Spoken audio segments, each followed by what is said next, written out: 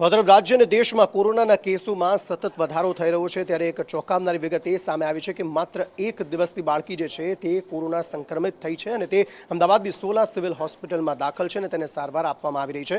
સોલા સિવિલમાં આ બાળકી સારવાર હેઠળ છે, તેને સારવાર આપવામાં આવી રહી છે, પરંતુ ખૂબ જ ચોંકાવનારી વિગત, કોરોનાગ્રસ્ત મહિલાએ જ આ બાળકીને જન્મ આપ્યો હતો, જેના કારણે તે બાળકી પણ સંક્રમિત થઈ અને સોલા સિવિલમાં તેને સારવાર આપવામાં આવી રહી છે।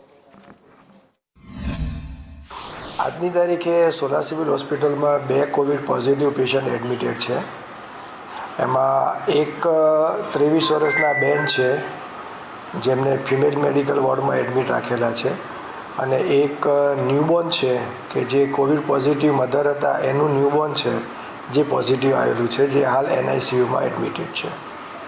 કોરોના અત્યારે દેખાઈ રહ્યા છે એ કેસ પણ એક સામાન્ય ફ્લૂ જેવા જ લક્ષણો એની અંદર જોવા મળે છે, જે ખાસ કરીને એમાં JN1 પ્રકારનો વાયરસ આપણને ફાઇન્ડ આઉટ થયેલો હોય છે। એના લક્ષણ પણ સામાન્ય ફ્લૂ જેવા જ છે।